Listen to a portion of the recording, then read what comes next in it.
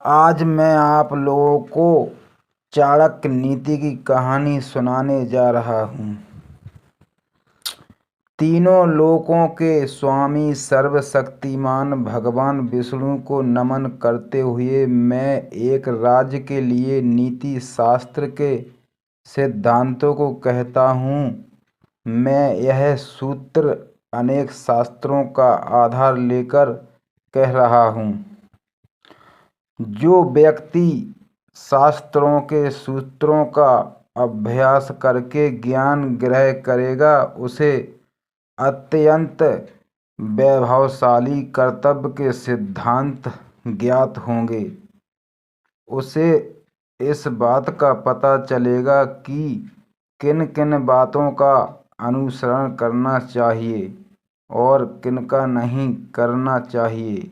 उसे अच्छाई और बुराई का भी ज्ञात होगा और अतः उसे सर्वोत्तम का भी ज्ञान होगा।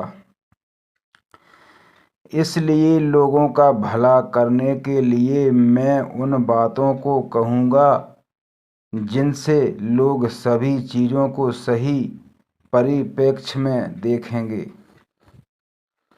एक पंडित भी घोर घष्ट में आ जाता है यदि वह किसी मूर्ख को उपदेश देता है। यदि वह एक दुष्ट पत्नी का पालन पोषण करता है या किसी दुखी व्यक्ति के साथ अत्यंत घनिष्ठ संबंध बना लेता है। दुष्ट पत्नी, झूठा मित्र, बदमाश नौकर और सर्प के साथ निवास साक्षात मृत्यु के समान है। व्यक्ति को आने वाली मुसीबतों से निपटने के लिए धन संचय करना चाहिए। उसे धन संपदा त्याग कर भी पत्नी की सुरक्षा करनी चाहिए। लेकिन यदि आत्मा की सुरक्षा की बात आती है तो उसे धन और पत्नी दोनों को तुच्छ समझना चाहिए।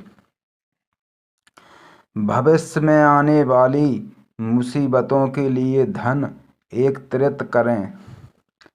ऐसा ना सोचें कि धनवान व्यक्ति को मुसीबत कैसी।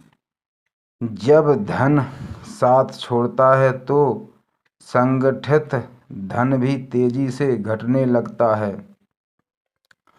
उस देश में निवास ना करें जहां आपकी कोई इज्जत नहीं हो, जहां आप रोजगार नहीं कमा सकते हैं, जहां आपका कोई मित्र नहीं और जहां आप कोई ज्ञान अर्जित नहीं कर सकते हैं।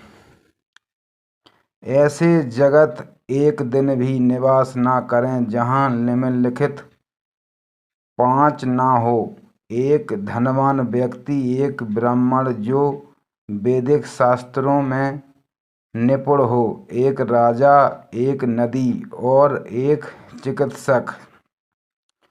बुद्धिमान व्यक्ति को ऐसे देश में कभी नहीं जाना चाहिए जहां रोजगार कमाने का कोई माध्यम न हो, जहां लोगों को किसी बात का भय न हो, जहां लोगों को किसी बात की लज्जा न हो, जहां लोग बुद्धिमान न हो और जहां लोगों की वृत्ति दान धर्म करने की न हो। नौकर की परीक्षा तब करें जब वह कर्तव्य का पालन ना कर रहा हो। रिश्तेदार की परीक्षा तब करें जब आप मुसीबत में घिरे हों। मित्र की परीक्षा विपरीत उपस्थितियों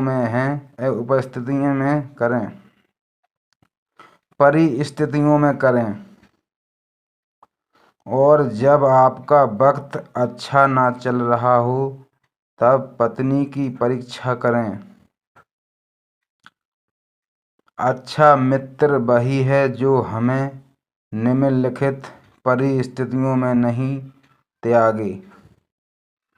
आवश्यकता पड़ने पर, किसी दुर्घटना पड़ने पर, जब अकाल पड़ा हो जब युद्ध चल रहा हो, जब हमें राजा के दरबार में जाना पड़े और जब हमें शमशान घाट जाना पड़े।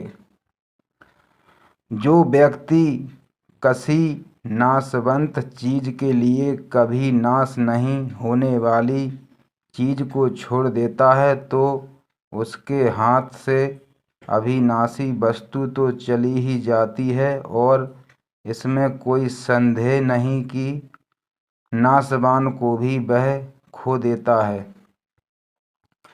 एक बुद्धिमान व्यक्ति को किसी इज्जतदार घर की अविवाहित कन्या से किस व्यंग होने के बावजूद भी विवाह करना चाहिए।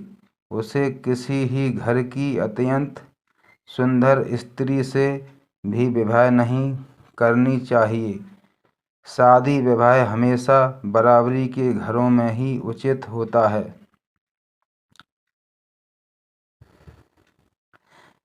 इन 5 पर कभी विश्वास न करें। नदियाँ, जिन व्यक्तियों के पास अस्त्र शस्त्र हो, नाखून और सींग वाले पशु, औरतें यहाँ संकेत भोली सूरत की तरफ है। बहनें बुरा न माने। राजघरानों के लोगों पर अगर हो सके तो विष में से भी अमृत निकाल लें। यदि सोना गंदगी में भी पड़ा हो तो उसे उठाएं और धोएं और अपनाएं।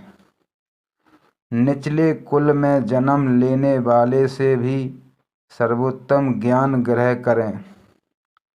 उसी तरह यदि कोई बदनाम घर की कन्या भी महान गुणों से संपन्न है और आपको कोई सीख देती है तो ग्रहण करें। महिलाओं में पुरुषों की अपेक्षा भूख 2 गुना, लज्जा 4 गुना, साहस 6 गुना और काम 8 गुना होती है। धन्यवाद।